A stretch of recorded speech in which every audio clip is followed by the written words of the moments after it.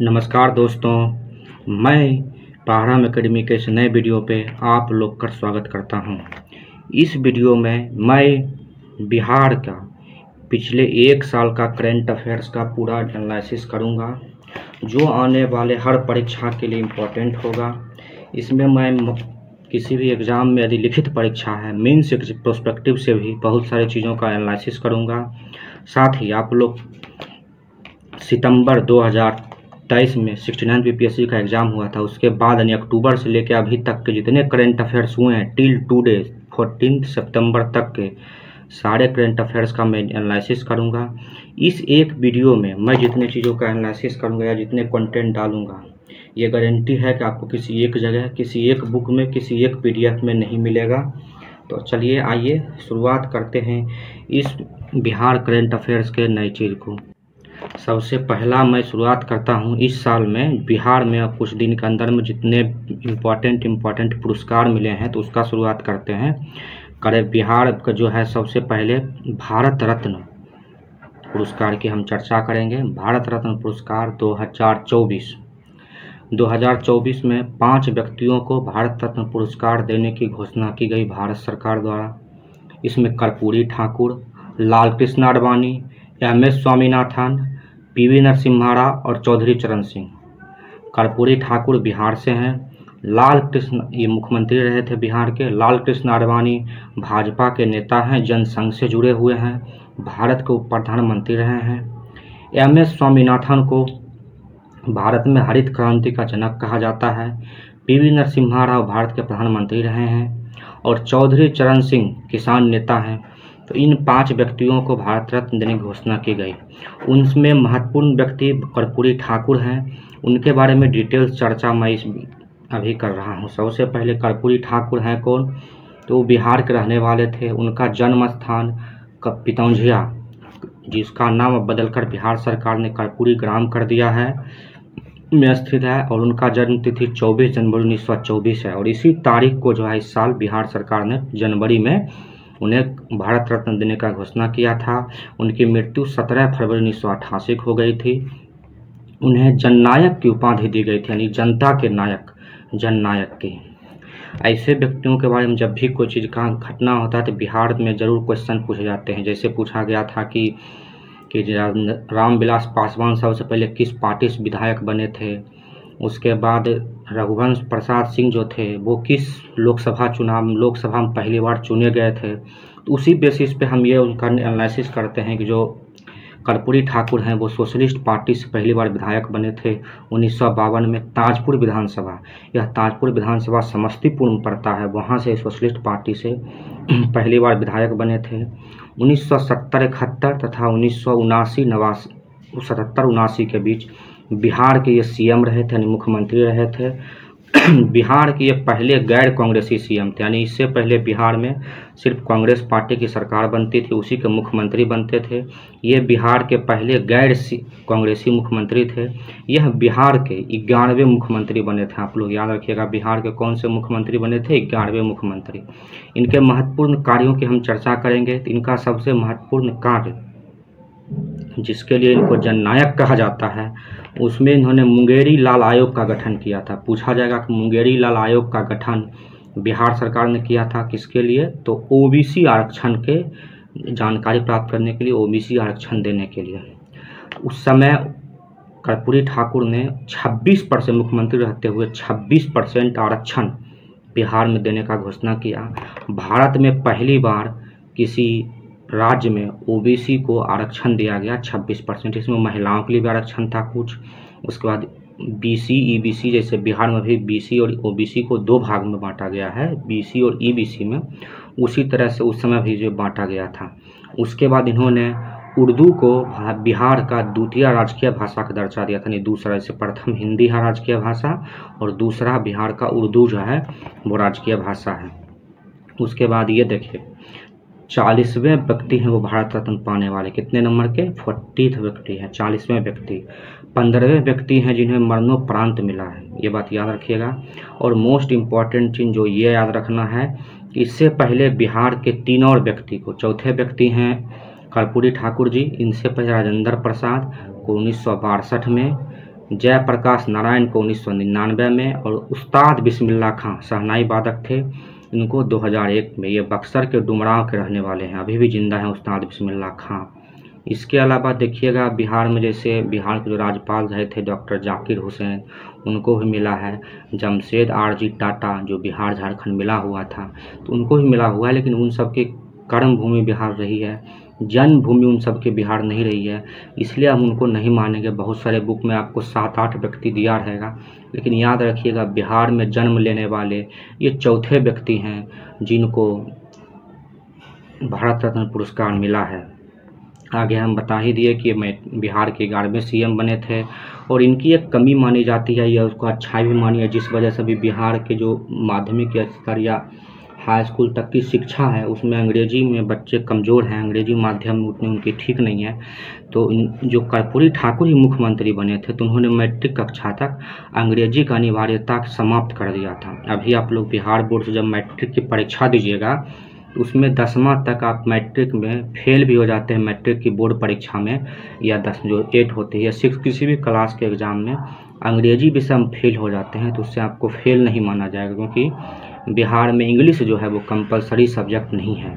तो आप लोग याद रखिएगा, ये इनका निगेटिव पॉइंट या पॉजिटिव पॉइंट जो भी मानिए, इनकी एक बुराई कहा जाएगा कि कर्पूरी ठाकुर की कोई एक बुराई बताइए या कोई एक कमी बताइए, तो आप ये मान सकते हैं।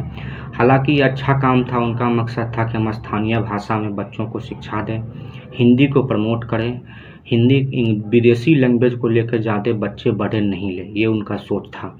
तो आप लोग इनको याद रखिए, कर्पूरी ठाकुर को लेकर। चलिए आगे हम देखते हैं। आगे का महत्वपूर्ण पुरस्कार है पद्म पुरस्कार 2023-24 पद्म पुरस्कार। तो पद्म पुरस्कार 2023-24 जो है इस साल कुल 132 व्यक्तियों को मिला है। आप लोग याद रखिएगा, पुरस्कार की संख्या 128 है और व्यक्तियों की संख्या 132 है, मतलब कुछ कुछ कपल्स लोग या कुछ 2 व्यक्तियों को एक साथ पुरस्कार भी दिया जाता है। तो उसी तरह कुल 132 व्यक्तियों को पुरस्कार मिला है, जिसमें 5 पद्म विभूषण है, 17 पद्म भूषण है, 110 पद्मश्री हैं। इसमें से बिहार के 7 व्यक्तियों को पद्म पुरस्कार मिला है। पुरस्कार की संख्या 6 है, याद रखिएगा, 6 पुरस्कार मिला है और 7 व्यक्तियों को मिला है। सबसे पहले पद्म विभूषण की चर्चा करते हैं। तो पद्म विभूषण मिला है बिहार में श्री बिंदेश्वरी पाठक का, इनका हाल ही में निधन हो गया है। ये सामाजिक कार्य से जुड़े थे, इस क्षेत्र में इनको दिया गया। सुलभ इंटरनेशनल, सुलभ शौचालय, आप लोग कहीं शहरी नगर निगम में या कहीं स्टेशन पे जाते हैं तो आप लोग सुलभ शौचालय का देखते होंगे बना होता है, तो वो सुलभ इंटरनेशनल है जो स्वच्छता अभियान से जुड़ा हुआ था। उसके संस्थापक श्री बिंदेश्वरी पाठक जी को माना जाता है, वो थे, और ये टॉयलेट मैन के नाम से प्रसिद्ध थे। इससे पहले उनको 1991 में पद्म भूषण का पुरस्कार दिया गया था। आगे पुरस्कार हम लोग का है दूसरा पद्म भूषण पुरस्कार। ये सीपी ठाकुर, चंदेश्वर प्रसाद ठाकुर को मिला है।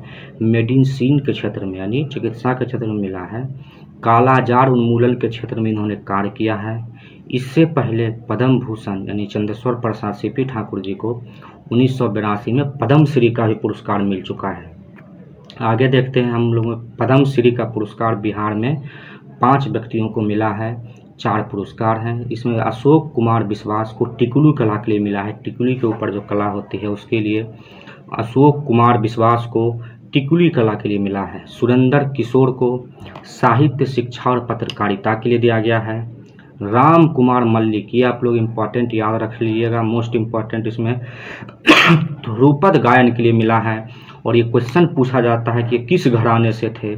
जैसे जब भी आप शास्त्रीय संगीत देखिएगा, शास्त्रीय संगीत में ग्वालियर घराना, वाराणसी घराना, उसी में चंपारण घराना, उसी में बिहार में एक दरभंगा घराना है, तो उसी दरभंगा घराना से संबंधित थे राम कुमार मल्लिक, तो उनको ये चीज़ मिला है। अगली है शांति देवी पासवान और शिवम पासवान, इन दोनों को ज्वाइंट रूप से मिला है। किसके लिए? तो मधुबनी पेंटिंग्स के लिए। आदि जो लोग सोशल मीडिया से जुड़े होंगे देखे होंगे इन दोनों का रील्स जो है G20 शिखर सम्मेलन के समय खूब वायरल हुआ था। इन्होंने G20 शिखर सम्मेलन थीम पे बहुत सारे मिथिला पेंटिंग्स बनाए थे, तो इसके लिए इनको मिला है ये। तो चलिए हम हमारे साथ हो गए। आगे का पुरस्कार है इस साल का मैथिली साहित्य अकादमी पुरस्कार। उसमें युवा पुरस्कार किसको मिला है? मैथिली साहित्य अकादमी में 4 पुरस्कार मिलते हैं, जैसे युवा पुरस्कार, बाल पुरस्कार, सामान्य साहित्य पुरस्कार और अनुवाद पुरस्कार मिलता है। तो युवा पुरस्कार इस बार 2024 का मिला है रिंकी झा ऋषिका को। उनकी कृति का नाम है नदी घाटी सभ्यता। क्या नाम है? नदी घाटी सभ्यता। आगे है बाल पुरस्कार। बाल पुरस्कार मैथिली साहित्य का नारायण जी को मिला है बाल कथा संग्रह अनार के लिए।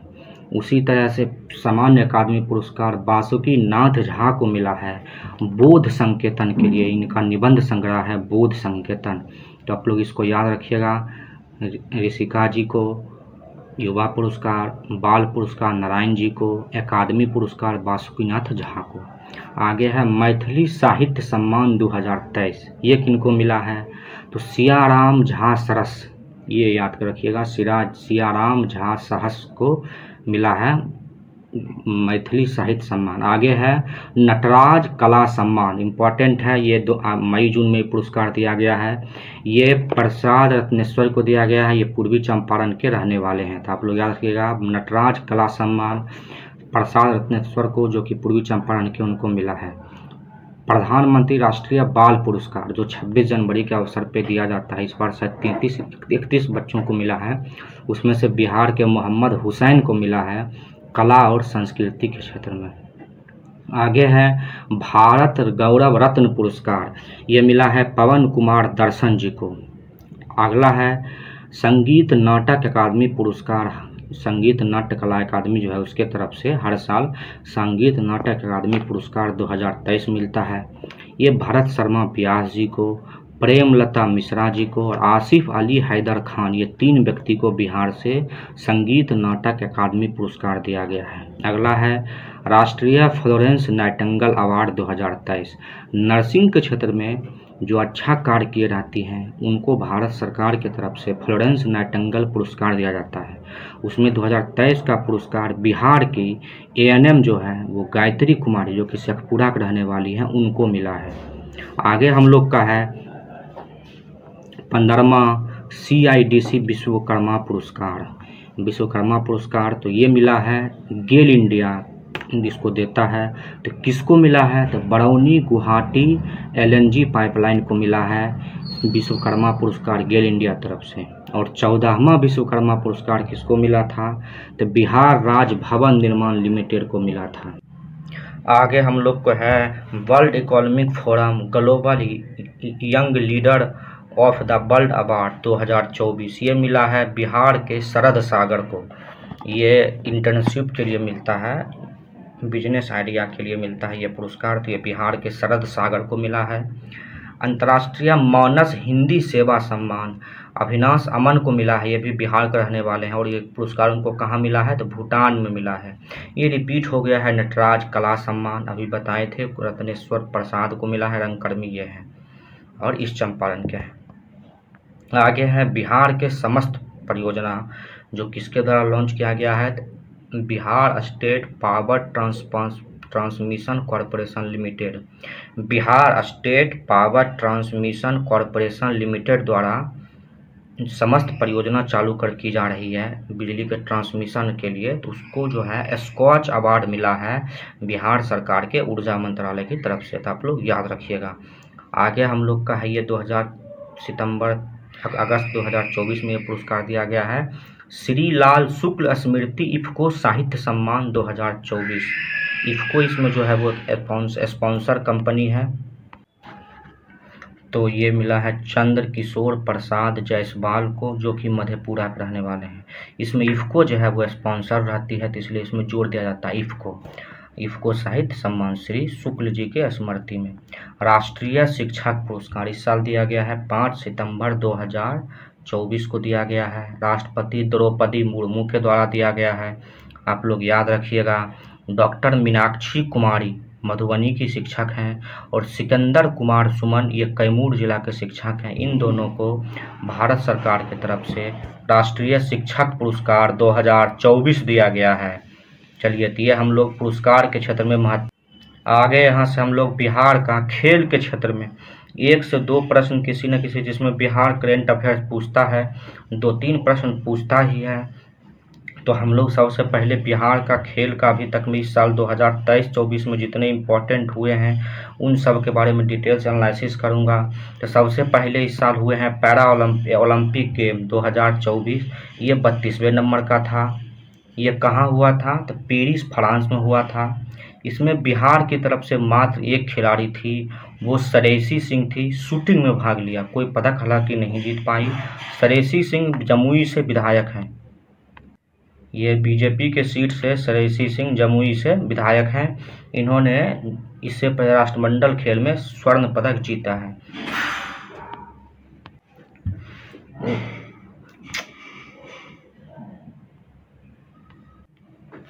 पैरा ओलंपिक के साथ साथ इस साल ओलंपिक के साथ साथ इस बार पैरा ओलंपिक भी होते हैं हमेशा। ये पैरा ओलंपिक फ्रांस में ही हुए हैं इस साल। तो पैरा ओलंपिक्स में बिहार के शरद कुमार, जो कि वैशाली के रहने वाले हैं, इसका कहीं कहीं ग्राम आपको आगे है। तो शरद कुमार ने, जो कि वैशाली के रहने वाले हैं, उन्होंने ऊंची कूद के स्पर्धा होती है T42 में सिल्वर मेडल जीता है। इम्पोर्टेंट रखिएगा, पूछेगा कि शरद कुमार ने पैरा ओलंपिक में कौन सा पदक जीता, तो सिल्वर मेडल जीता है। आगे है बिहार के, ये चीज़ इम्पोर्टेंट है बिहार के वैभव सूर्यवंशी, जो कि समस्तीपुर के रहने वाले हैं। उनका चयन जो है हाल ही में भारतीय अंडर-19 क्रिकेट टीम में हुआ है। इसका दौरा अभी ऑस्ट्रेलिया के साथ भारत का 4 जो मैच होगा उसी में वैभव सूर्यवंशी का चयन जो है हुआ है। ये बिहार के समस्तीपुर जिले के रहने वाले हैं। इससे पहले दिसंबर-जनवरी में बिहार के मोइनुलहक स्टेडियम में बहुत दिनों बाद रणजी ट्रॉफी का मैच हुआ था।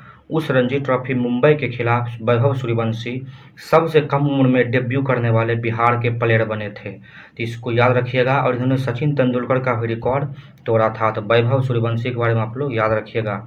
आगे है हम लोग का खेलो इंडिया यूथ गेम्स। ये मोस्ट इम्पॉर्टेंट है। इस साल का जो खेलो इंडिया यूथ गेम्स है वो तमिलनाडु के 4 शहरों में आयोजित किया गया था।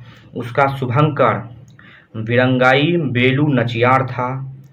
इसमें पहली बार सिलबम, जो कि मलखम्ब होता है, सिलबम नामक नया खेल जोड़ा गया था। बिहार ने इस खेल में यानी 6ठे खेलो इंडिया यूथ गेम्स में कुल 5 पदक जीते, जिसमें 2 गोल्ड, 2 सिल्वर, 1 ब्रॉन्ज था। इसके साथ बिहार को जो है 21वां स्थान प्राप्त हुआ था। इसमें स्वर्ण पदक, इस इम्पॉर्टेंट रखिएगा, बिहार में पूछ लेता है कि ये खिलाड़ी, बिहार के प्रसिद्ध खिलाड़ी किस खेल से संबंधित है या किस जिले के रहने वाले हैं या कौन सा पदक जीता है। तो शुभम कुमार ने स्वर्ण पदक जीता, वो तीरंदाजी से आरा जिला के रहने वाले हैं। और दुर्गा सिंह ने दौड़ में स्वर्ण पदक जीता, जो कि गोपालगंज के रहने वाले हैं। तो आपसे पूछा जा सकता है कि शुभम सिंह कुमार और दुर्गा सिंह किस खेल से हैं। तो शुभम कुमार तीरंदाजी से और दुर्गा सिंह दौड़ के खिलाड़ी हैं। तो आप लोग याद रखिएगा। इससे पहले 2023 में जो कि खेलो इंडिया यूथ गेम्स, जो कि मध्य प्रदेश में हुआ था, बिहार ने 22वां स्थान प्राप्त किया था। 1 गोल्ड, 1 सिल्वर और 5 ब्रॉन्ज जीता था बिहार ने। इस बार जो है 2 गोल्ड जीता है। आगे हम लोग का है पहला खेलो India para games. Youth games के स्थान पे जैसे ओलंपिक में पैरा ओलंपिक होते उसी तरह से पैरा इंडिया गेम शुरू किया गया था। पहली बार इस बार नई दिल्ली में हुआ था। इसमें कम ही खेल को इस बार शामिल किया गया था। इसका शुभंकर उज्ज्वला नामक गुड़ैया थे। उज्ज्वला जो है गुड़ैया थी, वही उसका शुभंकर थे। बिहार को कुल 9 पदक मिले, जिसमें 6 सिल्वर और 3 ब्रॉन्ज मिले। इसमें कोई गोल्ड मेडल बिहार को नहीं मिला और बिहार इसमें 22वें स्थान पर रहा। आप लोग याद रखिएगा। अगला है मोस्ट इम्पॉर्टेंट चौथा खेलो इंडिया यूनिवर्सिटी गेम्स। कहाँ हुआ था? तो 7 पूर्वोत्तर राज्यों में। पूर्वोत्तर में 8 राज्य हैं, 7 सिस्टर और सिक्किम। इसमें से आप लोग गेस कर सकते हैं किस राज्य में ये खेल नहीं हुआ होगा। कुल 8 राज्य में से मणिपुर में नहीं हुआ है, क्योंकि मणिपुर जो है इसमें हिंसा हो रही है।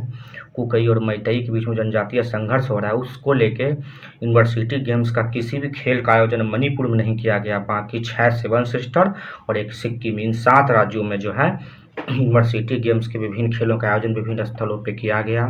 चंडीगढ़ यूनिवर्सिटी इसमें पहला स्थान प्राप्त किया। बिहार के ललित नारायण मिथिला यूनिवर्सिटी ने इसमें एकमात्र कांस्य पदक जीता और इसमें 115वां स्थान हासिल किया। उसमें किसमें कांस्य पदक जीता? तो महिलाओं की कबड्डी में। आप लोग इस बात से जान सकते हैं कि बिहार में लगभग प्राइवेट और सरकारी यूनिवर्सिटी मिला के 20 के आसपास यूनिवर्सिटी हैं, प्राइवेट और सरकारी मिला के। इस 20 यूनिवर्सिटी में से एक भी यूनिवर्सिटी किसी भी खेल में क्वालिफाई तक नहीं कर पाती है खेलो इंडिया यूनिवर्सिटी गेम्स के लिए। बिहार में शिक्षा में जो खेल होता है तो शिक्षा के स्तर में यूनिवर्सिटी लेवल पे, कॉलेज लेवल पे, स्कूल लेवल पे खेलों की स्थिति क्या है कि क्वालिफाई भी बिहार की किसी यूनिवर्सिटी नहीं कर पाती है। सिर्फ और सिर्फ LNMU यूनिवर्सिटी चौथे खेलो इंडिया गेम्स के लिए कर पाई थी और उसमें जो है कांस्य पदक जीता था बिहार की उम्र लड़कियों ने कबड्डी में। और एक शायद बिहार की किसी यूनिवर्सिटी ने साइकिलिंग में क्वालिफाई किया था, लेकिन वो भी कंफर्म नहीं। लेकिन इस हिसाब से सिर्फ और सिर्फ LNMU जो है इसमें एक कांस्य पदक जीत पाई थी। तो ये बिहार में खेल की स्थिति को बताता है। 37वां राष्ट्रीय खेल मोस्ट इम्पॉर्टेंट कहाँ हुआ था? तो 37वां राष्ट्रीय खेल जो है 2023 वाला जो है वो गोवा में आयोजित किया गया। बिहार को इसमें 30वां स्थान मिला, 3 सिल्वर 5 ब्रॉन्ज मिला। बिहार इसमें कोई गोल्ड मेडल नहीं जीत पाया। 37वां राष्ट्रीय खेल। 38वां राष्ट्रीय खेल की घोषणा अभी भारत सरकार ने नहीं की है। हो सकता है 2025 में ये खेल मध्य प्रदेश या राजस्थान के किसी एक जगह हो, मध्य प्रदेश या राजस्थान में कहीं एक जगह, दोनों में से किसी में 38वां राष्ट्रीय खेल 2025 में हो सकता है। तो आप लोग याद रखिएगा। बिहार विमेंस कबड्डी लीग पहला था, आप लोग याद रखिएगा। बिहार में जैसे प्रो कबड्डी लीग है उसमें पटना पायरेट्स की टीम है, या जैसे IPL होता है तो IPL में भारत विभिन्न टीम का हिस्सा लेता है, उसी तरह से बिहार में विभिन्न टीम के मिला के कबड्डी लीग का शुरुआत किया गया था। पाटलिपुत्रा खेल परिसर में ये खेल हुआ। बिहार से कुल 6 टीम ने भाग लिया। विजेता इसकी सिवान टाइटंस रही और इसको जीता हारा कौन? तो सारण स्ट्राइकर्स रनर रहे। तो इम्पोर्टेंट है, याद रखिएगा। बिहार की विमेंस कबड्डी लीग 2024 में 6 टीम में से सारण टाइटंस विजेता रही थी। अभी जो है बिहार वॉलीबॉल लीग चल ही रहा है। आज 14 सितंबर है। इस दिन जो अभी उसका बिहार का वॉलीबॉल लीग का सेमीफाइनल मैच खेला जा रहा है, इसका भी फाइनल नहीं हुआ है। आप लोग जैसे ही उसका फाइनल होगा विजेता टीम के साथ उपविजेता टीम के साथ अपडेट कर लीजिएगा, न्यूज़पेपर वगैरह में ये न्यूज़ आएगा। पाटलिपुत्रा खेल परिसर में ये चल रहा है। इसमें भी कुल 6 टीमें भाग ले रही है और अभी इसका फाइनल मैच हुआ नहीं। 18 या 19 सितंबर को इसका फाइनल मैच होने वाला है। आगे पूछा जाता है बिहार में बहुत सारे एग्जाम में कि ये खिलाड़ी किस खेल से हैं। तो बिहार की खुशी कुमारी औरंगाबाद जिला और ऋषि पाल आज़ाद गया जिला, इन दोनों का चयन राष्ट्रीय वॉलीबॉल टीम में इन दोनों का चयन हुआ है, गर्व की बात है। और खुशी कुमारी का चयन हुआ है अंडर 20 एज में, अंडर 20 ग्रुप में, याद रखिएगा, यानी 20 वर्ष से कम उम्र में इसका चयन हुआ है। आगे है नासरीन शेख, ये इम्पोर्टेंट है, खो खो खिलाड़ी है, अररिया की रहने वाली है। इसको इस साल अर्जुन अवार्ड मिला है। कुल 26 खिलाड़ी को भारत सरकार ने अर्जुन अवार्ड देने का घोषणा किया था। खेल के क्षेत्र में मेजर ध्यानचंद राष्ट्रीय खेल पुरस्कार के बाद ये खो खो जो अर्जुन अवार्ड है ये दूसरा सबसे महत्वपूर्ण पुरस्कार है। और इस बार बिहार से एक खिलाड़ी नासरीन शेख को मिला है और इसको राष्ट्रपति द्रौपदी मुर्मू ने प्रदान किया है। और इस बार इसमें जो है पारुल चौधरी, ये मोहम्मद शमी जैसे खिलाड़ियों को भी इस साल का अर्जुन अवार्ड मिला है। आगे है पैरा एशियन गेम्स 2023, ये कहाँ हुए थे? तो पैरा एशियन गेम्स हुए थे चीन में। इसमें बिहार के शैलेश कुमार ने हाई जंप में T63, शरद कुमार थे T42 प्रतियोगिता में, उसी तरह शैलेश कुमार हैं T63 प्रतियोगिता में इसने स्वर्ण पदक जीता। जबकि शरद कुमार ने पैरा ओलंपिक गेम में रजत पदक जीता है और शैलेश कुमार ने पैरा एशियन गेम्स में स्वर्ण पदक जीता है। दोनों में कन्फ्यूजन नहीं होइएगा, दोनों अलग खिलाड़ी हैं, स्पर्धा भी दोनों का अलग है, तो याद रखिएगा। ब्रिक्स खेल, ब्रिक्स में टोटल 10 देश हैं। इसमें से कजान रूस में इस बार ये खेल हुए। बिहार के अशोक कुमार जो कि सारण के रहने वाले हैं ने कांस्य पदक जीता है, आप लोग याद रखिएगा। 52 national senior mains handball championship 2024, यानी हाँ हैंडबॉल जो है नेशनल सीनियर मेंस चैंपियनशिप 2024 से बड़ा आयोजन किया गया। कहाँ? तो बिहार के बेगूसराय में आयोजन किया गया था। इसके विजेता इस बार बिहार टीम बनी दिल्ली को हराकर। तो याद रखिएगा नेशनल लेवल का टूर्नामेंट है और बिहार इसमें विजेता बनी है, ये याद रखिएगा। प्रियांश कुमार, ये भी बहुत इंपॉर्टेंट है कि किस खेल से जुड़े हैं, तो तीरंदाज हैं बेगूसराय के। तीरंदाजी का वर्ल्ड कप जो हुआ था उसके स्टेज 1, जैसे स्टेज बाय स्टेज क्वालिफाई आप करते जाइएगा तो फिर आपको उसका नेशनल वर्ल्ड कप डायरेक्ट खेलने को मिलेगा। तो उसका जो स्टेज 1 था उसमें प्रियांश कुमार ने स्वर्ण पदक और रजत पदक दोनों जीता है। तो ये प्रियांश कुमार बिहार के बेगूसराय के रहने वाले हैं। आगे है खेलो India inter zonal women's athlete weightlifting championship. क्या है? खेलो India inter zonal women's weightlifting championship Haryana में आयोजित की गई। खुशी कुमारी खगड़िया की हैं, कांस्य पदक विजेता हैं। आप लोग याद रखिएगा, जैसे एक खुशी कुमारी थी वो वॉलीबॉल से थी और एक खुशी कुमारी ये है हम लोग की वेट लिफ्टिंग से। यदि ऑप्शन में देगा तो दोनों देगा तब तो कन्फ्यूजन होगा ही, लेकिन वो जनरली खुशी कुमारी जो वेट वॉलीबॉल की है वो फेमस है, वो राष्ट्रीय स्तर की प्रतियोगिता भारतीय टीम में सेलेक्ट हुई है, तो वो खुशी कुमारी वॉलीबॉल टीम से हैं। 8वीं महिलाई एशिया चैंपियंस ट्रॉफी, इस बार ये बिहार में पहला बार ऐसा कोई आयोजन होगा। बिहार सरकार खेल के क्षेत्र में बहुत पिछड़ा हुआ है। बिहार राज्य खेल प्राधिकरण के लिए एक अध्यक्ष बने हैं वी रविंद्र चंद्रन। आप लोग याद रखिएगा, वी रविंद्र चंद्रन बिहार राज्य खेल प्राधिकरण के अध्यक्ष हैं। वो बिहार में खेल के विकास के लिए बहुत सारी नीति और नियम बना रहे हैं। उसी के प्रयास से आप लोग देख रहे हैं Bihar women's kabaddi league, Bihar volleyball league हो रहा है। उसके बाद बिहार में एक क्रिकेट में बिहार T20 ग्रामीण खेल का बिहार क्रिकेट बोर्ड ने निर्णय लिया है कराने का। तो ये सब नए शुरुआत किए जा रहे हैं। साथ ही आगे देखेंगे बिहार सरकार कुछ नई योजनाएं भी ला रही है।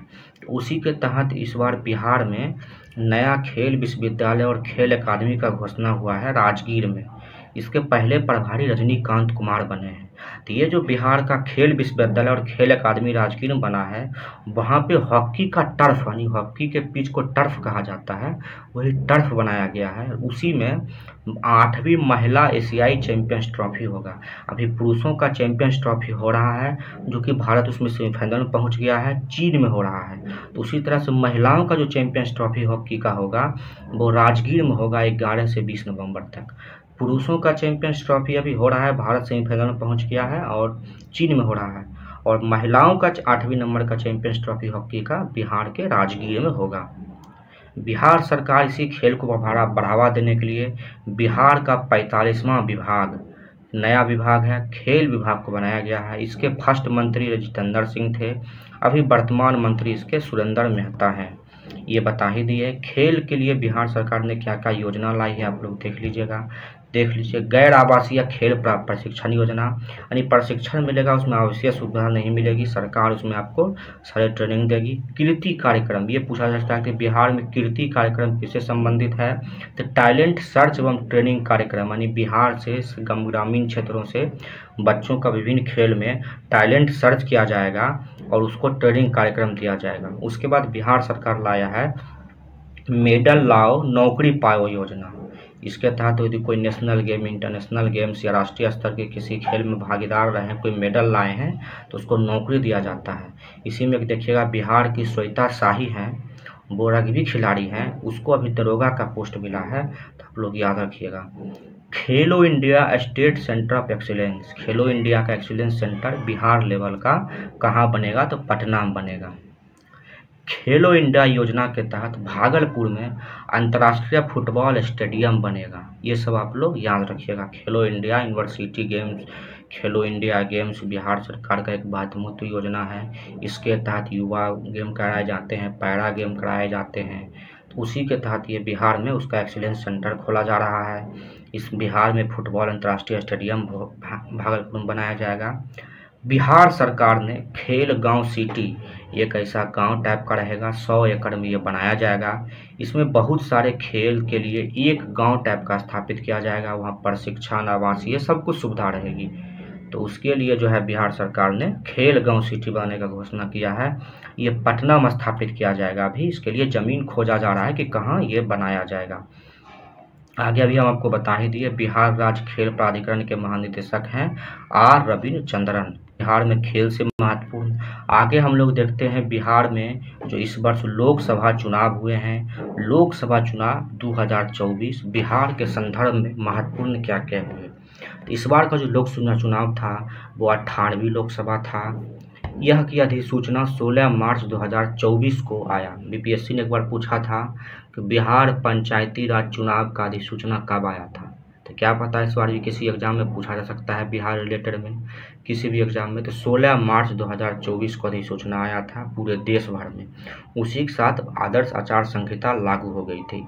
चुनाव 19 अप्रैल से 1 जून तक आयोजित किए गए थे। मोस्ट इम्पॉर्टेंट चरण है, कितने चरण में, तो 7 चरण में ये चुनाव हुए थे। इसके परिणाम 4 जून को आए थे। किसी भी सरकार को स्पष्ट बहुमत नहीं आया। भारत में 2009 के बाद गठबंधन सरकार की वापसी हुई और एनडीए का जो है इसमें बीजेपी सबसे बड़ी पार्टी बनी और जदयू, टीडीपी, एलजेपी और हम आदि पार्टियों के साथ जो है सरकार बनाई हुई है केंद्र में। मतदान जो है कुल मिला के भारत में 65.79% हुए, जो कि पिछले बार की तुलना में कम है। बिहार में पूरे भारत में सबसे कम मतदान हुए 56.62%। बिहार का स्थिति ये है कि बिहार में अधिकतर युवा पलायन कर गए हैं। लोग नौकरी करने के लिए बाहर जाते हैं, पढ़ने के लिए बाहर जाते हैं, काम करने के लिए बाहर जाते हैं, सब काम के लिए बाहर ही जाते हैं। तो वो वोट देने बिहार क्यों आएंगे? और जो लोग यहाँ हैं भी वो अपने एक दिन के लिए वोट देने का काम नहीं कोशिश करते हैं। तो बिहार में सबसे कम 56.62% वोटिंग हुआ है और सबसे अधिक असम में हुआ है 85%। बिहार में कुल लोकसभा की 40 सीट है, आप लोग जानते हैं। इस 40 सीट में से 12 सीट जदयू और 12 सीट बीजेपी ने जीता।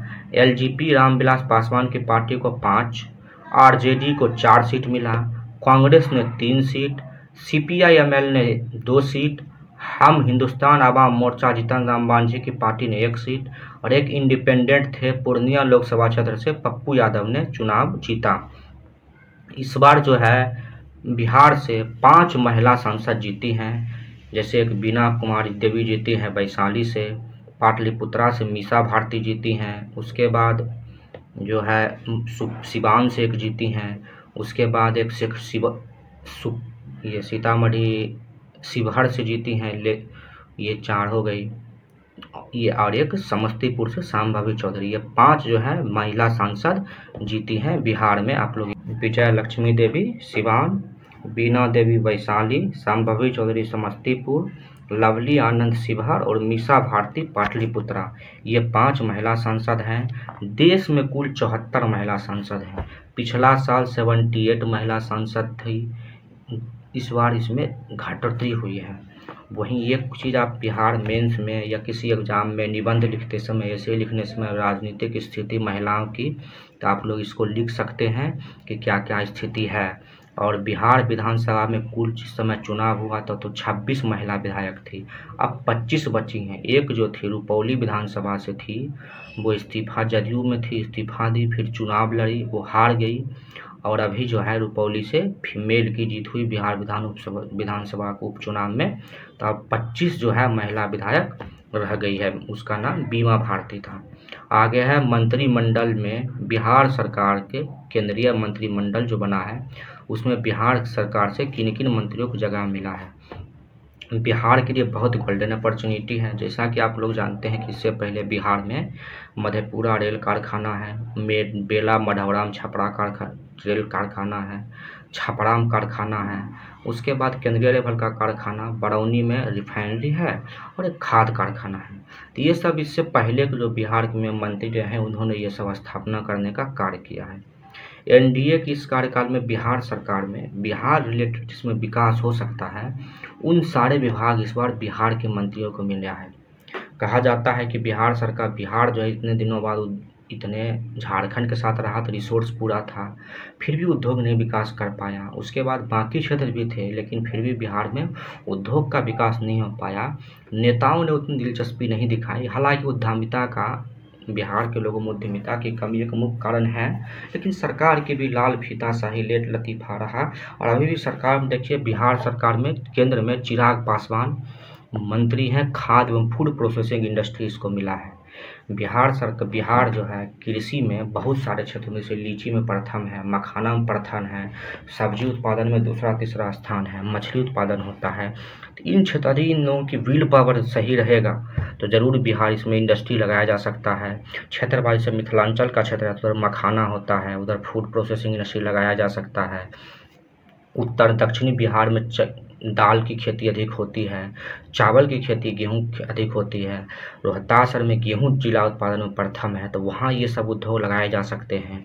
उसके बाद बिहार में वस्त्र मंत्रालय मिला है गिरिराज सिंह को।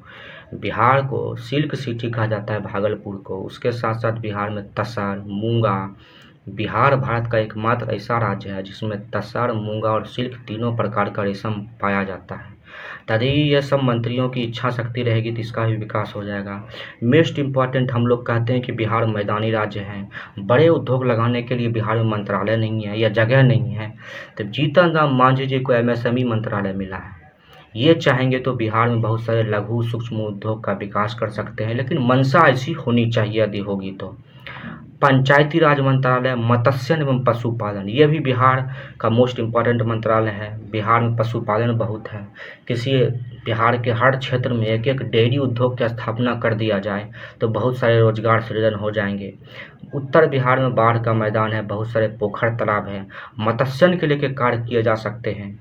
तो इससे जो है, लेकिन विल पावर मंत्रियों में होनी चाहिए। तो ये 4 मंत्रालय बिहार को विकास में महत्वपूर्ण योगदान दे सकता है यदि ये 4 मंत्री मिलकर बिहार के लिए कुछ काम करना चाहे। साथ ही साथ तो आपसे पूछा जा सकता है कि बिहार में कितने मंत्रियों को केंद्रीय मंत्रालय में जगह मिला है, तो 4 मंत्री को। और कुल मंत्री कितने हैं?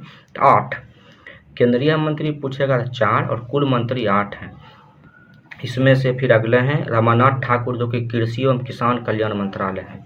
इसका ओरिजिनल मंत्री हम लोग के मामा जी हैं, मध्य प्रदेश के शिवराज सिंह चौहान जी, लेकिन इसका राज्य मंत्री जो है रमानाथ ठाकुर हैं। ये रामनाथ ठाकुर जो हैं कर्पूरी ठाकुर के बेटे हैं, आप लोग याद रखिएगा, जो कर्पूरी ठाकुर के बेटे हैं रामनाथ ठाकुर। राजभूषण चौधरी मुजफ्फरपुर से सांसद हैं, ये जल शक्ति मंत्रालय इनको मिला है, राज्य जल शक्ति मंत्रालय। इनके मंत्री गजेंद्र सिंह शेखावत हैं। नित्यानंद राय जो हैं ये राज्यसभा सांसद है, रामनाथ राय आप याद रखिएगा, राज्यसभा सांसद है। नित्यानंद राय समस्तीपुर के उजियारपुर से लोकसभा क्षेत्र से बिहार सांसद हैं। इनको गृह मंत्रालय मिला है, जिसका मेन मंत्री केंद्रीय मंत्री अमित शाह जी हैं। सतीश चंद्र दुबे ये हैं औरंगाबाद से, तो सतीश चंद्र दुबे बेतिया से सांसद हैं। इनको कोयला एवं खान मंत्री मिला है, जिसके केंद्रीय मंत्री कौन है? तो जी किशन रेड्डी। हम ये चीज़ बिहार के बारे में बता दिए, इंडस्ट्री के बारे में बता दिए कि ये सब मंत्री चाह लेंगे तो बिहार में बहुत ही बड़े पैमाने पर विकास हो सकता है। बिल पावर होना चाहिए मन अनुरूप। इस बार मन अनुरूप बिहार को मंत्रालय मिला है। सिर्फ पैकेज दे के बिहार का विकास संभव नहीं है, उस पर काम करना पड़ेगा। छोटे छोटे उद्योग लगाए जा सकते हैं, खाद्य प्रसंस्करण उद्योग लगाए जा सकते हैं, MSME मंत्रालय के तहत काम किए जा सकते हैं, पशुपालन मंत्री आगे तो बनाए जा सकते हैं। चलिए आगे हम लोग देखते हैं बिहार में कौन कहाँ क्या है। तो बिहार के नीतीश कुमार मुख्यमंत्री हैं, ठीक ना, आप लोग याद रखिएगा। इससे पूछा जा सकता है, इसके साथ साथ इनको गृह मंत्रालय है। प्रश्न पूछा जाता है कि नीतीश कुमार सबसे पहली बार मुख्यमंत्री कब बने? तो याद रखिएगा 2000 ईस्वी में ये 9 या 10 दिन के लिए मुख्यमंत्री बने थे, फिर इनकी सरकार गिर गई थी। तो याद रखिएगा 2000 ईस्वी में ये मुख्यमंत्री बने थे नीतीश कुमार, 9-10 दिन के लिए सबसे पहली बार। उसके बाद 2005 से ये कंटिन्यू है। इस बार इन्होंने महागठबंधन से नाता तोड़ के जनवरी में 9वीं बार बिहार के मुख्यमंत्री पद की शपथ ली। मैं मुख्यमंत्री था, हूँ और रहूँगा। सच में पलटी कुमार ये नहीं है, इनके साथ जो मिल के आते हैं कभी ये कभी वो पलटी कुमार हैं। तो मेरे हिसाब से उप मुख्यमंत्री हैं सम्राट कुमार चौधरी, जो नवीन मंत्रिमंडल का गठन हुआ है, उसमें वित्त मंत्री, वाणिज्य कर विभाग इनको मिला है। विजय कुमार सिन्हा, आजकल बिहार में एक नया प्रचलन चला है, विभिन्न जातियों को खुश करने के लिए 2 उप मुख्यमंत्री बनाए जाते हैं। इधर एक नया चलन बिहार में चला है कि हम उप नेताओं को और उसके संबंध जातियों को वोट बैंक के लिए एक नया चीज दिया जाता है, जिससे होता ही है क्या, VIP पावर बढ़ जाता है। तो इनको पथ निर्माण मंत्री, खान एवं भूतत्व, कला संस्कृति और युवा विभाग इनको मिला हुआ है विजय कुमार सिन्हा जी को। ये बिहार के उप मुख्यमंत्री ये दोनों हैं। आगे है ऊर्जा योजना एवं विकास विभाग। इसमें हम सारे मंत्री को नहीं ले रहे हैं।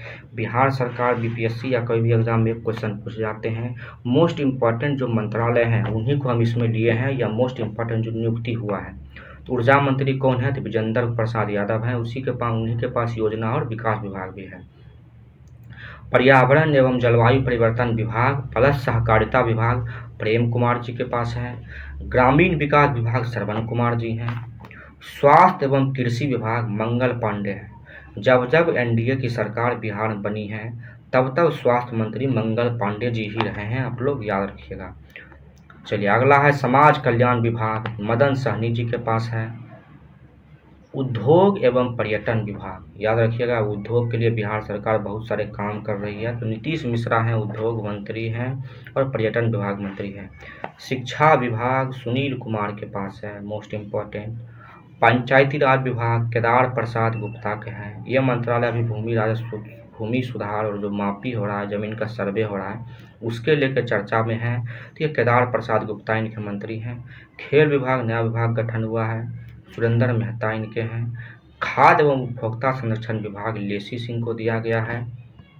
नहीं ये पंचायत जमीन सर्वे का काम राजस्व एवं भूमि सुधार विभाग करा रहा है, जो कि दिलीप जायसवाल इनके मंत्री हैं, हम भूल गए। और ये अभी बिहार बीजेपी के प्रदेश अध्यक्ष भी है, ये भी याद रखिएगा। आईटी मिनिस्ट्री और साइंस मिनिस्ट्री जो है सुमित कुमार सिंह के पास है। नगर विकास विभाग एवं कानून विभाग नितिन नवीन के पास है, जो कि बिहार के पटना के बांकीपुर से विधायक हैं। तो आप लोग याद रखिएगा ये चीज़। उसके बाद एक शीला कुमारी है, मंत्री हैं परिवहन विभाग से। तो ये मंत्रालय हैं बिहार सरकार में, किन किन मंत्रियों को कौन सी मंत्री मिला है। एग्जाम में एक मिलान के तौर पे आपसे पूछा जा सकता है। आगे है बिहार के राज्यपाल कौन है? तो बिहार के राज्यपाल राजेंद्र विश्वनाथ आर्लेकर हैं, जो गोवा के रहने वाले हैं। आप लोग याद रखिएगा ये गोवा के रहने वाले हैं। ये बिहार के 41वें राज्यपाल हैं। मुख्य सचिव बिहार के कौन बने हैं? मोस्ट इम्पॉर्टेंट, बहुत सारे बुक में देखिएगा पुराना दिया गया, अपडेट नहीं किया गया है। अमृतलाल मीना को अगस्त सितंबर में बिहार का नया मुख्य सचिव बनाया गया है। बिहार विधानसभा का अध्यक्ष बने हैं नंद किशोर यादव, और नरेंद्र नारायण यादव बिहार विधानसभा के उपाध्यक्ष हैं। तो आप लोग याद रखिएगा। आगे है विधान परिषद के सभापति कौन है? तो विधान परिषद, बिहार में द्विसदनीय विधायिका है, तो बिहार विधान परिषद के सभापति अवधेश नारायण सिंह हैं, और उपसभापति राम वचन राय हैं। बहुत सारे किताब में अभी इससे पहले बिहार में जब गठबंधन की सरकार बनी थी उसमें रामचंद्र पूर्वे थे, लेकिन उसके बाद वो बने थे तो उनको हटा के राम वचन राय बने हैं। तो याद रखिएगा ये नए उपसभापति बने हैं। नेता प्रतिपक्ष जो है बिहार विधानसभा में तेजस्वी यादव हैं, और विधान परिषद में नेता प्रतिपक्ष राबड़ी देवी हैं। चलिए याद रखिएगा। हाईकोर्ट के मुख्य न्यायाधीश, पटना हाईकोर्ट के मुख्य न्यायाधीश कौन है? तो के विनोद चंद्रन 44वें नंबर के बिहार पटना के मुख्य न्यायाधीश हैं। बिहार के महाधिवक्ता कौन है? Solicitor general. इनकी चर्चा आर्टिकल 165 में की गई है, ये पीके शाही हैं। बिहार के डीजीपी नए बने हैं, सितंबर माह में 6-7 सितंबर को बने हैं। आलोक राज हैं बिहार के नए डीजीपी। मुख्य सूचना आयुक्त, चीफ इलेक्शन ऑफिसर या कमिश्नर कहा जाता है, ये त्रिपुरारी शरण है। ये बिहार में 3 सदस्यीय निकाय है। इसमें 7 अगस्त 8 अगस्त को 2 नए ऑफिसर की नियुक्ति हुई है। इनमें ब्रजेश मेहरोत्रा और प्रकाश कुमार को बिहार का 2 अन्य मुख्य सूचना आयुक्त बनाया गया है। तो आप लोग याद रखिएगा। बिहार राज्य महिला आयोग के अध्यक्ष अश्वमेध देवी को बनाया गया है। बिहार राज्य मानवाधिकार आयोग के अध्यक्ष आनंद मोहन बदर हैं। बिहार राज्य महिला आयोग का गठन 1993 में। बिहार राज्य मानवाधिकार आयोग का गठन 2002 में। अधिसूचना आ गई थी 2002 में, लेकिन तो उसी को 2000 को ही माना जाएगा। 2000 में गठन हुआ था, लेकिन बिहार इसका वास्तविक मंत्रालय विभाग जो है काम करना शुरू किया था हालांकि 2008 में। उसी तरह से बीपीएससी का अध्यक्ष नए बने हैं परमार रवि मनु भाई। तो बीपीएससी के नए अध्यक्ष है परमार रवि मनु भाई। चलिए आगे हम लोग फिर देखते हैं बिहार सरकार के प्रमुख ऐप और पोर्टल। बिहार सरकार ने इस साल कुछ कुछ नए ऐप और पोर्टल निकाले हैं। ये भी एग्जाम किसी न किसी एग्जाम में पूछा जा सकता है। मोस्ट इम्पॉर्टेंट है नीतीश डिवाइड। नीतीश का फुल फॉर्म क्या है? Noble initiative technological intervention for safety of human lives. Bihar राज्य आपदा प्रबंधन प्राधिकरण द्वारा इसको लॉन्च किया गया है। यह काम क्या करेगा? तो बाढ़, ग्रीष्म, शीतलहर आदि के समय जो है लोगों को जानकारी देगा। इनका जानकारी मतलब आपदा प्रबंधन के लिए मेनली ये लाया गया है।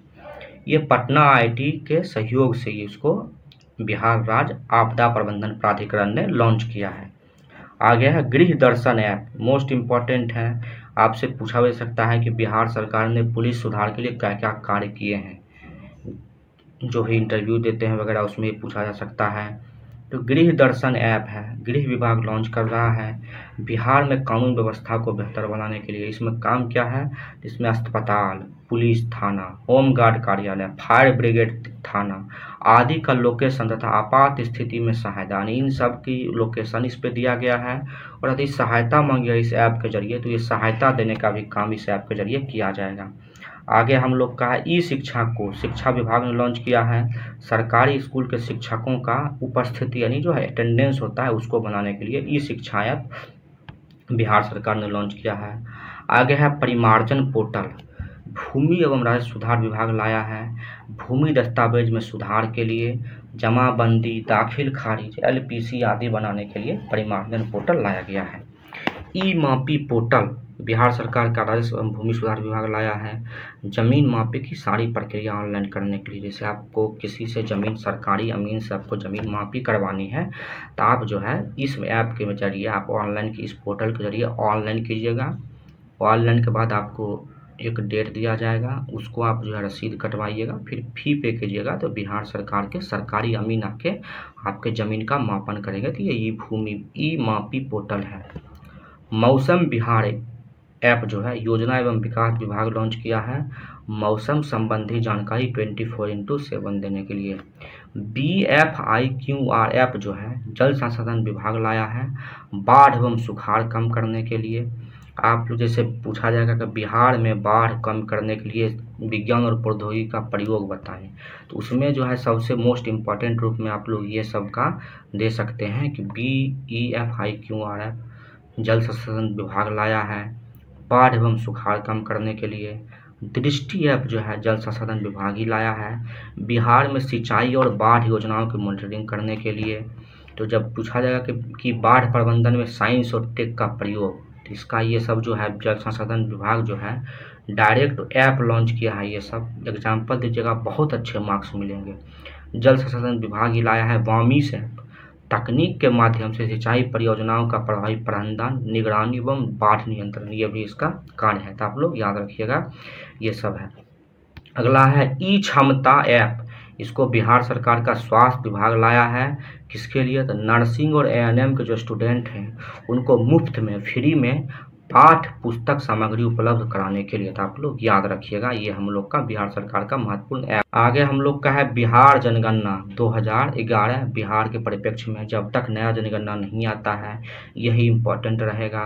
जनगणना जो है इसको बिहार सरकार ने कुछ दिन पहले अपनी जातिगत सर्वे करवाया था। जनगणना संघ सूची का विषय है, इसी वजह से आपसे पूछा जा सकता है कि जनगणना राज्य सरकार क्यों नहीं करवा सकती है।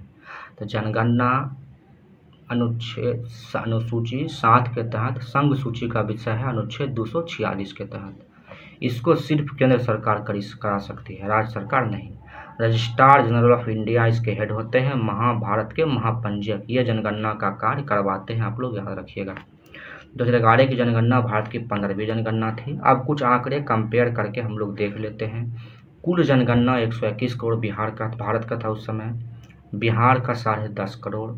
जनघनत्व 382 स्क्वायर किलोमीटर था भारत का। बिहार का भारत में सबसे अधिक राज्यों में 1106 वर्ग किलोमीटर स्क्वायर प्रति व्यक्ति। बिहार का जनघनत्व देश में पहले स्थान पर, आप लोग याद रखिएगा। लिंगानुपात यानी 1000 पुरुषों पे कितनी महिलाएं हैं उसको लिंगानुपात कहा जाता है। यह है 918 बिहार का, याद रखिएगा। बाल लिंगानुपात यानी 0 से 5 वर्ष के या 0 से 7 वर्ष की लड़कियों का 1000 लड़कों पे उस उम्र की लड़कियों की संख्या को बाल लिंगानुपात कहा जाता है। यह बिहार में 935 है, हालांकि सेंट्रल लेवल केंद्रीय स्तर से ज़्यादा है, 919 है। दशकीय वृद्धि भारत का 17.5% रहा है, जबकि बिहार का 25.42% रहा है। तो आप लोग मोस्ट इम्पॉर्टेंट ये चीज़ बहुत बार पूछा जा चुका है, बिहार का दशकीय जनसंख्या वृद्धि दर कितना रहा है, तो 25.42% रहा है। साक्षरता दर बिहार का 74.04% है, वहीं बिहार का मात्र 61.8 बिहार है। भारत का साक्षरता दर कितना है, तो 74.04% और बिहार का 61.8%। वहीं पुरुष साक्षरता दर की बात करें तो 82.5 यानी 82.14% है भारत का राष्ट्रीय, और बिहार का 71.2% है। उसी तरह से महिला साक्षरता दर जो है भारत का 65.42% है, वहीं बिहार का 51.5% है। आगे हम लोग कुछ इसका तथ्य देख लेते हैं। जनसंख्या में नंबर 1 पे यूपी है, नंबर 2 पे महाराष्ट्र है, नंबर 3 पे बिहार है। तो ये है। और आगे हम लोग देख लेते हैं बिहार का इस कुछ इम्पोर्टेंट में जिला कौन है। सर्वाधिक क्षेत्रफल वाला जिला है, नंबर 1 पश्चिमी चंपारण, नंबर 2 गया, नंबर 3 पूर्वी चंपारण। फिर सबसे कम क्षेत्रफल है शिवहर का, अरवल का और शेखपुरा का। सर्वाधिक जनसंख्या पटना, उसके बाद पूर्वी चंपारण, तब मुजफ्फरपुर।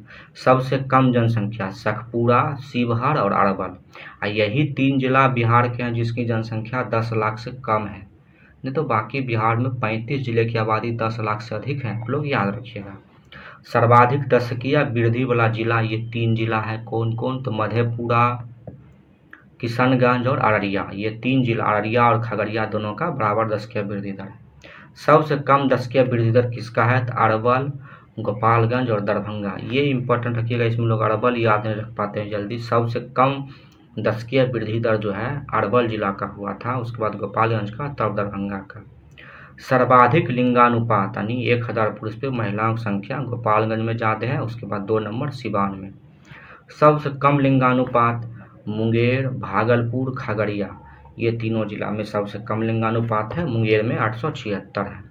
सर्वाधिक बाल लिंगानुपात क्या है, तो वही बिहार का बाल लिंगानुपात 935 है, लेकिन यहाँ किशनगंज का 971, उसके बाद कटिहार है ज़्यादा, उसके बाद गया का है।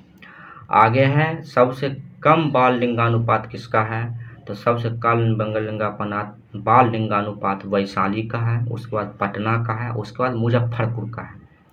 सर्वाधिक जनघनत्व वाले बिहार के 3 टॉप जिले कौन हैं, तो शिवहर है, पटना है, दरभंगा है।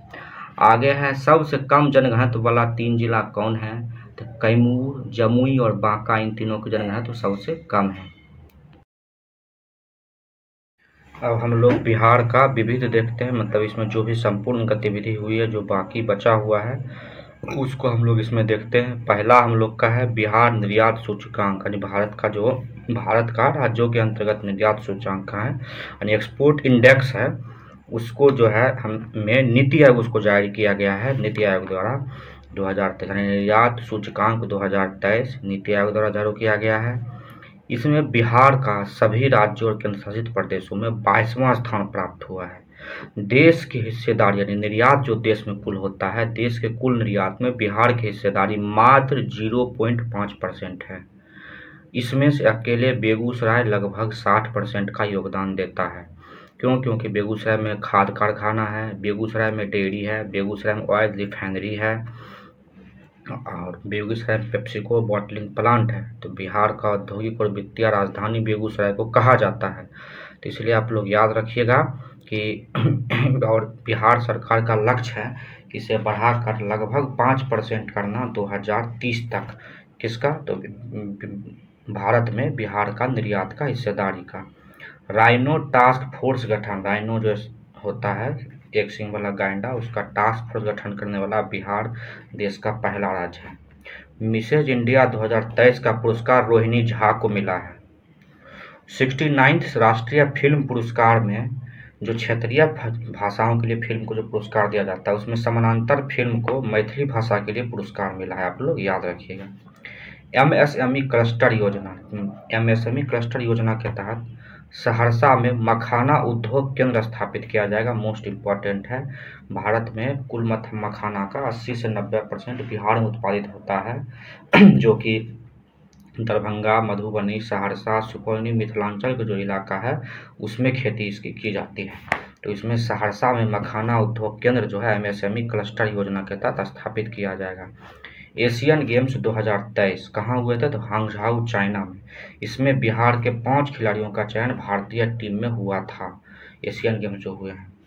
पहला बौद्ध विद्वान अंतर्राष्ट्रीय संघ फोरम, इंटरनेशनल फोरम फॉर बौद्ध बुद्धिस्ट मॉन्क के लिए जो हुआ था वो महाबोधि सांस्कृतिक केंद्र बोधगया में हुआ। ये आपसे इससे भी पूछा जा सकता है कि महाबोधि सांस्कृतिक केंद्र कहाँ है? तो बोधगया में। इसमें पहला बैठक हुआ है बौद्ध विद्वान अंतर्राष्ट्रीय संघ फोरम का। आगे हम लोग का प्रश्न है BIADA, Bihar industrial area development authority. आपको इससे फुल फॉर्म भी पूछा सकता है बियाडा का। इसके द्वारा गया, मुंगेर और नालंदा में औद्योगिक क्षेत्र निर्माण की घोषणा की गई है। औद्योगिक क्षेत्र मतलब क्या होता है? एक एरिया को सरकार कवर कर लेती है, वहाँ पे इलेक्ट्रिसिटी, प्लग एंड प्ले मतलब एक्सपोर्ट इंपोर्ट के लिए सुविधा सब कुछ मतलब स्थापित करती है, जिससे वहाँ उद्योग स्थापित करने में आसानी और वहाँ एक ही क्षेत्र में, एक ही एरिया में विभिन्न तरह के उद्योग स्थापित रहते हैं। ऐसे को हम लोग औद्योगिक क्षेत्र कहते हैं। जैसे गया, मुंगेर और नालंदा में बिहार सरकार के बियाडा में स्थापित करने की घोषणा की है। पुनौरा धाम, पुनौरा धाम कहाँ है? तो ये सीतामढ़ी में। ये क्या चीज़ है? तो माँ जानकी जन्मस्थली है।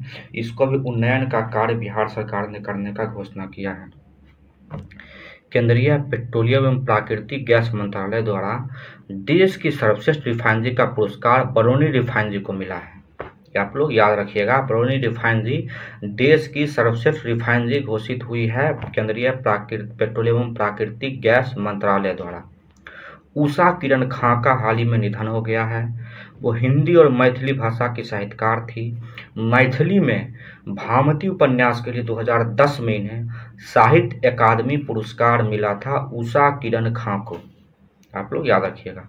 खादी मेला सह उद्यमी बाजार योजना का शिलान्यास कहाँ किया गया? तो भागलपुर में लगाया गया था खादी मेला सह उद्यमी बाजार योजना। अंतर्राष्ट्रीय बंदरगाह का उद्घाटन कहाँ? तो कल्लू घाट सारण जिला में पड़ता है, जो नेशनल वाटरवेज 1 है, जो हमारा शुरू होता है इलाहाबाद से होते हुए हल्दिया तक जाता है गंगा नदी की और उसके सहायक नदी पे है। इसको हम इस पे जो है सारण में कल्लू घाट पे अंतर्राष्ट्रीय बंदरगाह की स्थापना की गई है, जिसके जरिए जो है वहाँ से सामान आके नेपाल से भी सामान आएगा और वहाँ से जो है बांग्लादेश होते हुए म्यांमार तक उसका या जहाँ भी होगा सप्लाई किया जाएगा। यानी नदी बंदरगाह इसको कह सकते हैं, अंतर्राष्ट्रीय नदी बंदरगाह कह सकते हैं। इसका उद्घाटन कौन किए? केंद्रीय पोत परिवहन मंत्री जो हैं सर्बानंद सोनोवाल, उनके द्वारा किया गया। बापू टावर का उद्घाटन गर्दनीबाग में किया गया है, पटना में, बिहार सरकार द्वारा। आप लोग इस चीज़ को मेंस में या फिर इंटरव्यू में या कहीं भी आपसे पूछा जा सकता है, उसमें आप इस पॉइंट को दे सकते हैं कि बिहार में महिलाओं के लिए स्थिति क्या है, जिसका भी एंथ्रोपोलॉजी ऑनर सब्जेक्ट है उसमें पूछा जा सकता है, या सोशल साइंस में, सोशोलॉजी में। तो 16.7%, 16.7% के साथ बाल विवाह देश के कुल विवाह का अकेले बिहार में होता है। यानी देश का जो कुल बाल विवाह होता है उसका 16.7% अकेले बिहार में होता है। और पश्चिम बंगाल और झारखंड के बाद बिहार तीसरे नंबर पे है। ये बताया कौन? तो लेसेंट जर्नल नामक एक पत्रिका आती है, ये स्वास्थ्य पत्रिका है, उसमें सारी चीज़ का अध्ययन किया जाता है, तो उसी के अध्ययन में ये बात पता चला है। IIIT Bhagalpur, Indian institute of information technology, Bhagalpur के द्वारा विश्व का सबसे छोटा IC चिप बनाया जा रहा है। 8वां दक्षिण एशियाई पुरातत्व समिति महासम्मेलन का आयोजन बिहार संग्रहालय यानी बिहार म्यूजियम पटना में किया गया।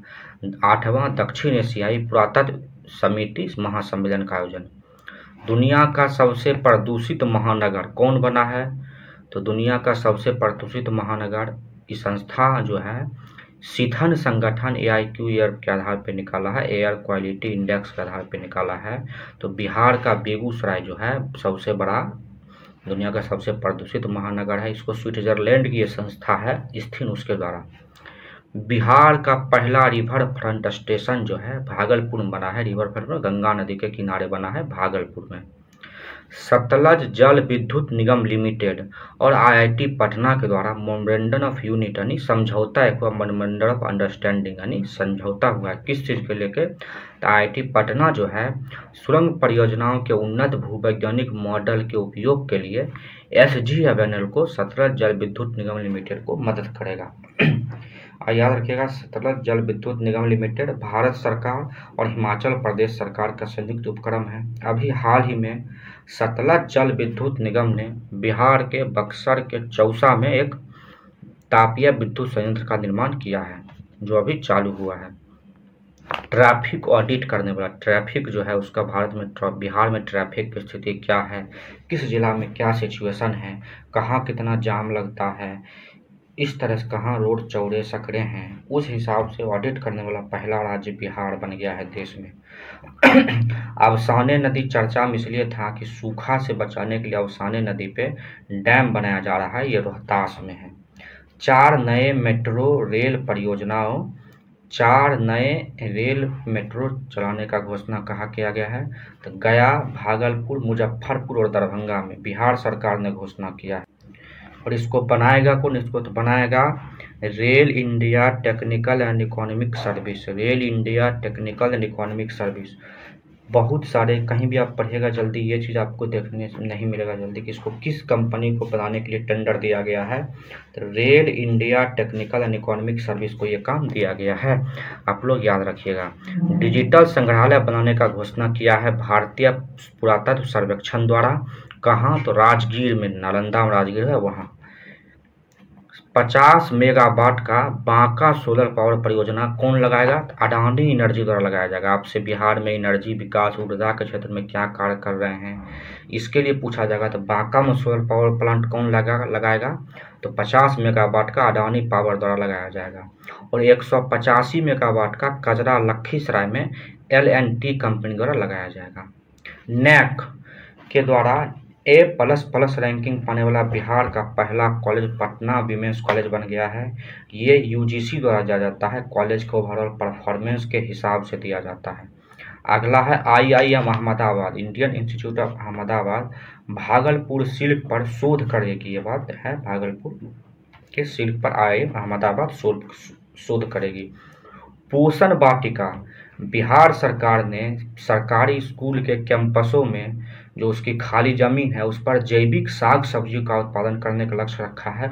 और इसी जैविक साग सब्जी का प्रयोग जो है बिहार सरकार के मिड डे मील योजना में किया जाएगा। तो ये बिहार सरकार का पोषण वाटिका अभियान है।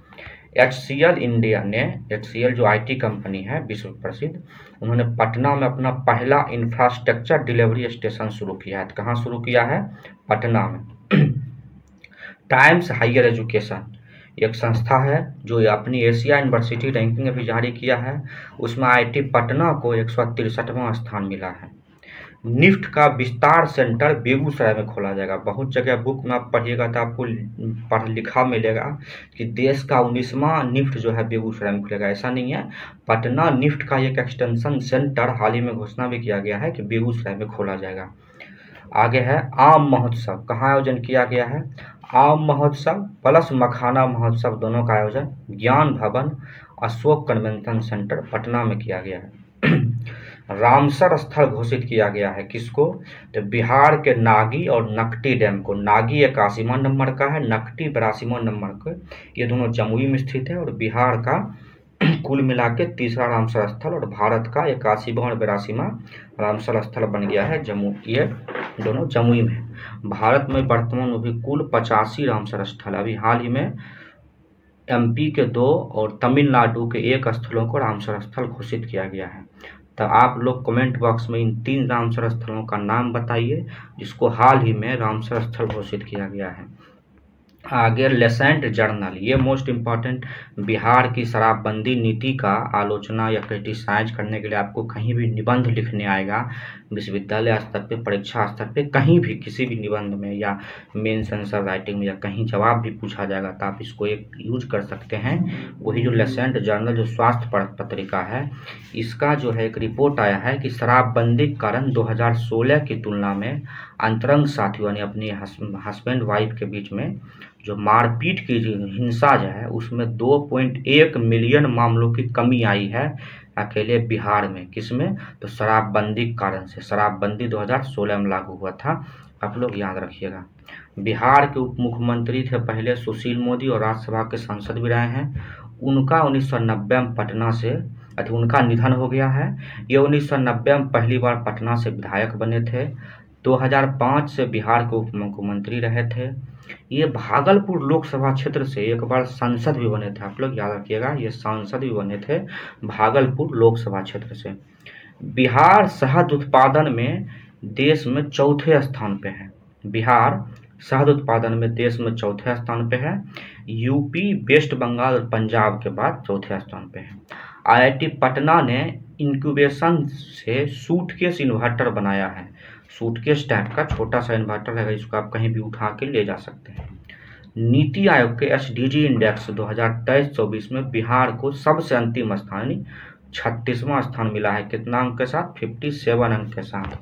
इसको आप लोग याद रख लीजिए। किसी भी जब मानव विकास के बारे में पूछा जाएगा या किसी विकास के बारे में पूछा जाएगा बिहार के बारे में, तो उसमें आप इस पॉइंट को दे सकते हैं कि SDG इंडेक्स में बिहार पिछड़ा हुआ है। कुछ दिन पहले बिहार का जो ह्यूमन डेवलपमेंट इंडेक्स आया था भारत लेवल पे नीति आयोग के द्वारा, उसके बारे में BPSC ने क्वेश्चन पूछ लिया था कि उसमें बिहार का कितना अंक था, 0.66 करके। इसमें जो SDG इंडेक्स है बिहार का नीति आयोग का, उसमें 0 से लेके 100 नंबर तक अंक दिए जाते हैं और इसमें जितना जिसको ज़्यादा अंक है उसका उतना रहता है अच्छा है स्कोर। और जो HDI इंडेक्स है उसमें 0 से लेके 1 के अंक बीच दिया जाता है। तो जो बिहार का अंक था वो 0.6 समथिंग था HDI इंडेक्स में। तो ये प्रश्न पूछा गया था, उसी तरह से ये आपसे पूछा जा सकता है। हिंदी में मेडिकल की पढ़ाई करने वाला बिहार देश का दूसरा राज्य बन गया है। बिहार में मेडिकल में किताबें पुस्तकें जो है सब हिंदी में भी मिलेगी मेडिकल की, यानी जो आप कंप्लीट करने के बाद जब MBBS या PG की कोर्स करने जाते हैं उसमें। फर्स्ट राज्य कौन था? तो MP था। तीसरा केंद्रीय विश्वविद्यालय बिहार में भागलपुर में खोला जाएगा।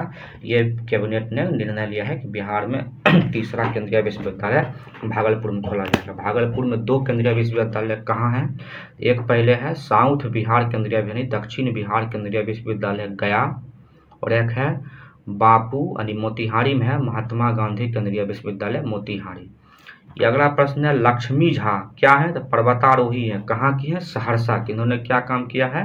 तो मलेशिया की सर्वश्रेष्ठ चोटी माउंट किनाबालू को फतह करने वाली प्रथम महिला बन गई है सहरसा की लक्ष्मी झा।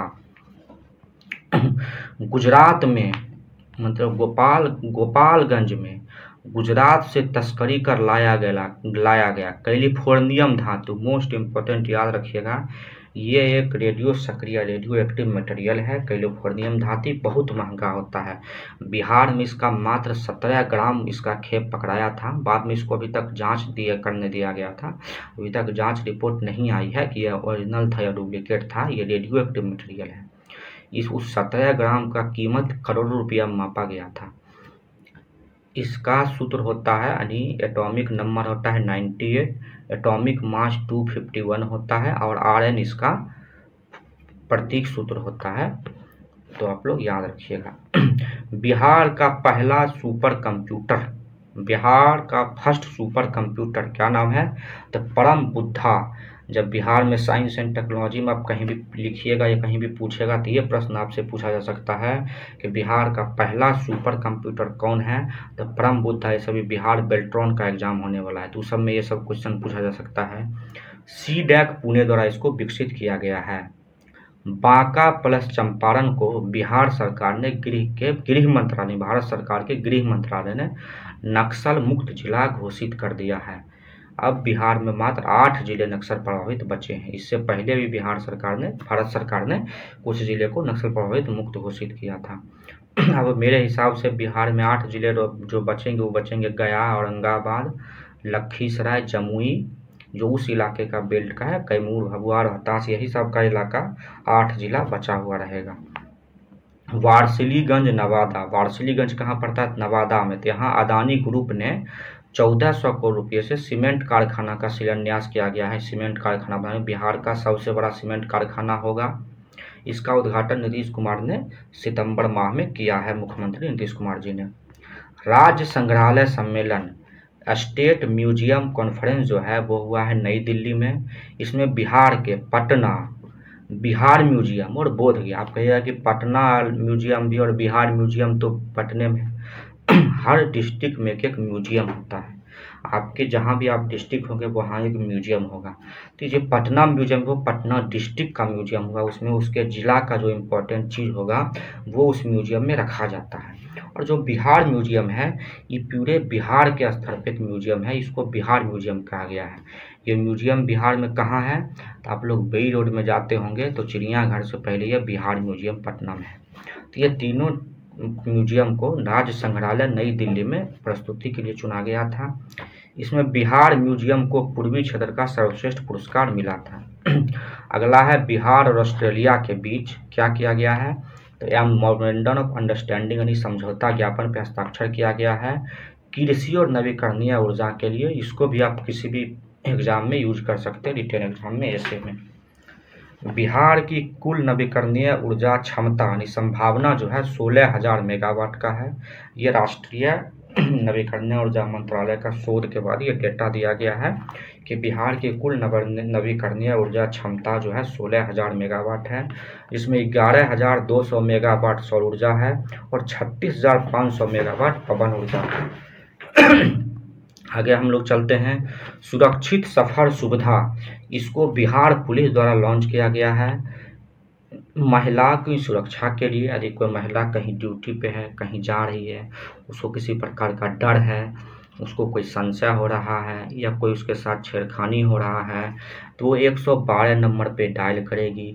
पुलिस उनको अपने गाड़ी से लेकर उनके घर तक, उनके कार्यस्थल तक छोड़ेगी या किसी अन्य तरीके से उनको मदद करेगी। इसको अभी 6 जिले में ट्रायल के लिए शुरू किया गया है, बाद में इसे अन्य जिले में भी शुरू किया जाएगा। इसको हरियाणा और तेलंगाना में इससे पहले लागू किया जा चुका है, तो आप लोग याद रखिएगा। पूरे भारत में स्वच्छ जल पैमाना में बिहार देश में तीसरे स्थान पे, यानी किस राज्य के पास कितना स्वच्छ जल है उसमें 98 स्कोर के साथ बिहार पहले तीसरे स्थान पे है। गोवा और हिमाचल प्रदेश 100 अंक के साथ पहले स्तर पे नंबर पे है। राष्ट्रीय औसत है 89%, आप ये लोग याद रखिएगा। एक महत्वपूर्ण पुस्तक है बिहार के गांधी नीतीश कुमार। इस पुस्तक के लेखक कौन है? अशोक चौधरी और शांभवी चौधरी, ये दोनों बाप बेटी हैं। शांभवी चौधरी लोजपा रामविलास पार्टी से सांसद हैं समस्तीपुर से। अशोक चौधरी नीतीश कुमार जदयू के में नेता हैं। बिहार का पहला मल्टी सेक्टोरल स्पेसिफिकल इकोनॉमिक जोन, यानी अधिक मल्टी क्षेत्र के लिए, तो कई सारे क्षेत्रों को मिला के SEZ स्पेशल इकोनॉमिक जोन जो है नवानगर बक्सर और कुमारबाग चंपारण में खोला जा रहा है, स्थापित किया जा रहा है। नवानगर बक्सर में मेसर्स SLMG कंपनी जो है वो SLMS बेवरेज प्राइवेट लिमिटेड द्वारा कोको कोला बॉटलिंग प्लांट। मेरा एक आदत है कि कहीं भी कोई चीज़ एक जगह मिलता है, थोड़ा सा भी जगह बचे तो हम उसको लिख देते हैं ताकि याद करने में आसानी रहे। जो नवानगर है यहीं पे ये खोला गया था, ये बाद में हमको मिला तो इसको हम ऐड कर दिए। तो messrs SLMG beverage private limited द्वारा कोको कोला का बॉटलिंग प्लांट यहाँ खोला जा रहा है। MSME तकनीकी सेंटर की स्थापना गया और पूर्णिया में किया जाएगा। इसकी घोषणा अभी MSME मंत्री जो भारत सरकार के केंद्रीय MSME मंत्री जीतन राम मांझी जी हैं उन्होंने किया है कि गया और पटना में MSME तकनीकी सेंटर खोला जाएगा। ये घोषणा कहाँ किया गया है? तो अभी पटना के गांधी मैदान में 13 से 17 सितंबर तक विश्वकर्मा योजना प्रदर्शनी मेला लग रहा है। PM विश्वकर्मा योजना पिछला साल भारत सरकार ने 2023 में लॉन्च किया था 17 सितंबर के दिन। तो उसमें क्या प्रगति हुई उसी को प्रदर्शन करने के लिए विश्वकर्मा प्रदर्शनी योजना मेला लगाया गया है गांधी मैदान में एमएसएमई मंत्रालय के द्वारा। तो ये भी पॉइंट याद रख लीजिएगा। और वहीं पे ये क्या गया, ये 13-17 सितंबर तक चल रहा है। देश का सबसे बड़ा चिड़ियाघर कहाँ खोला जाएगा, तो रानीगंज अररिया में बनाया जाएगा। इसकी घोषणा बिहार के पर्यावरण मंत्रालय विभाग ने किया है। बिहार सरकार ने 2027 तक बिहार को फलेरिया मुक्त करने का लक्ष्य रखा है। ये हम लोग का बिहार का विविध हो गया है। आगे है बिहटा यानी पटना में जो है मानपुर, गया और हुकहा बक्सर में हाई स्पीड रेल स्टेशन बनाने का निर्णय लिया गया है। नई दिल्ली वाराणसी होते हुए हावड़ा तक हाई स्पीड रेल परियोजना पे भारत सरकार काम कर रही है। उसका 3 स्टेशन जो है वो पटना में होगा, बिहार में होगा। उसमें बिहटा पटना, मानपुर गया और हुकहा बक्सर में ये परियोजना होगी। ये हाई स्पीड रेल परियोजना होगी। आगे है उद्योग विभाग बिहार सरकार के अनुसार बिहार के 5 टॉप स्टार्टअप कंपनी कौन कौन है, तो स्टेप E5 पहला कंपनी है नंबर 1। इसको सौर एवं बैटरी चालित कृषि मशीनरी कंपनी यानी सौर ऊर्जा और बैटरी से संचालित कृषि मशीन बनाती है। जैसे कल्टीवेटर हो गया, रोजावेटर हो गया, निराई कुटाई के लिए कोई मशीन होता है। सौर संचालित ड्रोन बनाया, बैटरी संचालित ड्रोन बना दिए, तो ये काम करता है स्टेप E5 कंपनी। मेडिशाला एक बिहार का हेल्थ केयर स्टार्टअप है। मेडिसिन के डिलीवरी करता है, दवाई सुविधा उपलब्ध कराता है, डॉक्टर कंसल्टेंसी करता है। ये है सत्तू को एक सुपर फूड बनाकर उसके उत्पाद बनाकर बेचने के लिए सत्तू जो है एक बिहार का स्टार्टअप है। और ये बिहार का टॉप 5 स्टार्टअप में आता है। आप लोग बिजनेस आइडिया कैसा है कि एक सत्तू से इतनी बड़ी कंपनी स्थापित कर दी गई है। रोडवेज बिहार सरकार का है। वन वे टैक्सी सर्विस यानी कहीं जाने आने के लिए टैक्सी सर्विस का यूज किया जाता है। हनुमान बिहार का एम्बुलेंस और मेडिकल सेवा के लिए प्राइवेट कंपनी है। यह है मेडिकल सुविधा और देती है। आगे हम लोग कुछ बिहार सरकार का नवीनतम आंकड़े, हम जिस में टिक मारेंगे वही मेन नवीनतम आंकड़े हैं जो कि पूछा जा सकता है। बिहार में सबसे अधिक प्रति व्यक्ति आय, इसमें तीनों जिला याद कर लीजिए। बिहार में सबसे अधिक प्रति व्यक्ति आय में पटना, बेगूसराय और मुंगेर है। बिहार के प्रति व्यक्ति आय में सबसे कम शिवहर, अररिया और सीतामढ़ी, ये याद कर लीजिए। सर्वाधिक वर्षा वाले जिले पहले किशनगंज थे, इसको देखिए इस बार अपडेट करके पश्चिम चंपारण किया गया है। आप लोग याद कर लीजिएगा। पहले सबसे कम वर्षा वाला जिला औरंगाबाद था, इस बार सबसे कम वर्षा वाला जिला अरवल बन गया है। ये चीज़ दोनों याद कर लीजिएगा। इस हिसाब से सबसे अधिक शहरीकृत नगर जो है पटना, मुंगेर और नालंदा है। और सबसे कम शहरीकरण मधुबनी और बांका। मधुबनी पहले भी इसमें टॉप था, पीछे था, और पटना पहले भी टॉप में था, तो याद कर लीजिएगा। उसके बाद आगे है चावल उत्पादन में शीर्ष 3 जिले रोहतास, औरंगाबाद और कैमूर।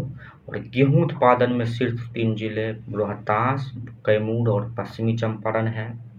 मक्का के उत्पादन में शीर्ष 3 जिले कटिहार, पूर्णिया और खगड़िया है। दलहन के उत्पादन में 3 शीर्ष जिले पटना, औरंगाबाद और नालंदा है। गन्ना उत्पादन के शीर्ष 3 जिले जो है पश्चिमी चंपारण, पूर्वी चंपारण और गोपालगंज है। और एक याद रखिएगा, आलू उत्पादन के शीर्ष 3, आम उत्पादन के सर्वाधिक 3 जिले दरभंगा, पूर्वी चंपारण और मुजफ्फरपुर है। आप लोग को ये मेरा वीडियो कैसा लगा इस नीचे कमेंट बॉक्स में बताइएगा। साथ ही साथ मेरे वीडियो को लाइक कीजिए, शेयर कीजिए, सब्सक्राइब कीजिए, अपने दोस्तों के बीच इस वीडियो को शेयर कीजिए, फीडबैक दीजिए। पढ़ते रहिए, आगे मैं ऐसे ही प्रोत्साहन के लिए मैं ऐसे ही वीडियो बनाता रहूँगा। Bye, good night.